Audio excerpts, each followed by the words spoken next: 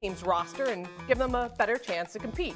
Now, the salary cap flexibility allows the Sixers to sign free agents like PJ Tucker and Daniel House, two guys who were both with Harden and Morey in Houston, and facilitating the ability to acquire DeAnthony Melton in a draft night trade with Memphis.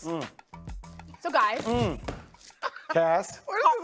Harden, who turns 33 next month, actually, solidifying his partnership with MVP runner-up Joel Embiid. Now, they fell short last year in the playoffs, but I'm going to start because you gave a face. Are the Sixers... You're not a believer. You're not a believer. I already know it. Are the Sixers among the top teams in the East is my question to you. Top 4, sure. Top 3, no.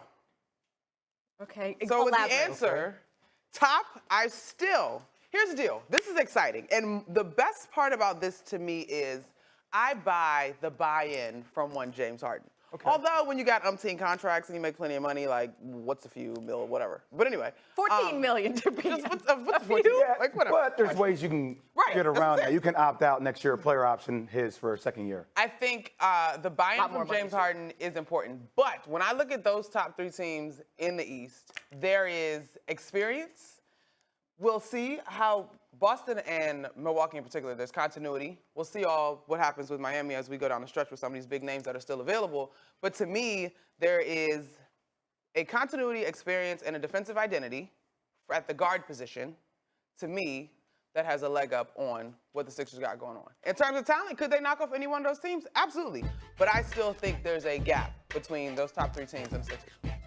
I love the addition of Malcolm Brogdon to the Boston Celtics. We talked about this. Huge caveat around him staying healthy. Now, I think a little bit of that health had to do with him not liking being where he was, but that's a deeper conversation. Very. But I like the addition. Allows Marcus Smart to focus more on what he needs to do on the court defensively. I do think Chris Middleton, if he were healthy, we would have been talking about the Bucks in the NBA Finals. Yeah. Miami Heat, Jimmy Butler has proven me wrong. He is a 1A. He is an alpha dog. I saw him the other day. I paid homage. I apologized. I get it. I love what they're doing. And if they find a way to get Donovan Mitchell, I'll be interesting scenario for them. But I do believe that Philly is in this upper echelon. I believe it. Now, I can use the youth against Boston to a degree. They do have to prove to me that they can get back there. I think we saw a lot of how talented they were, Cass, last year. But I want to see consistency in getting back there again for them. But they belong in that category. But if James Harden is motivated, here's my thing about this. The money, fine. Taking less money, right? You're able to get PJ Tucker, 36, 37 years old, brings that defensive tenacity. Melton, I think, is a low-key good pickup from Memphis. Tyrese Maxey, Tobias Harris. We'll see if Daryl Morey is done making moves. Could they get an Eric Gordon? Could he save another player from Houston to bring them to the table to add? Rescuer from Houston. But I'm just saying, he works that way. Daryl works that way now.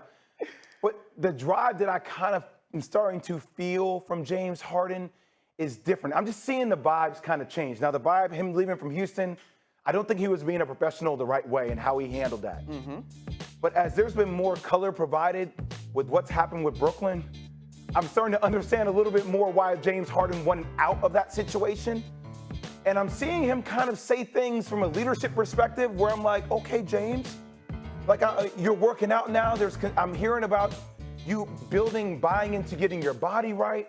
I'm not saying he's not going to be injury prone, but the man did come off that hamstring injury last year and almost averaged a triple-double and was a shell of himself. That's the point. So that's where I get a little bit scared. I'm like, oh, you're a shell of yourself. You weren't the same player, but you did almost average a triple-double. So if you can get it to a different gear, if you can add more of a defensive prowess to this team, and Joel Embiid playing with the same kind of anger because he didn't get MVP the last 2 years, I see them in the upper echelon.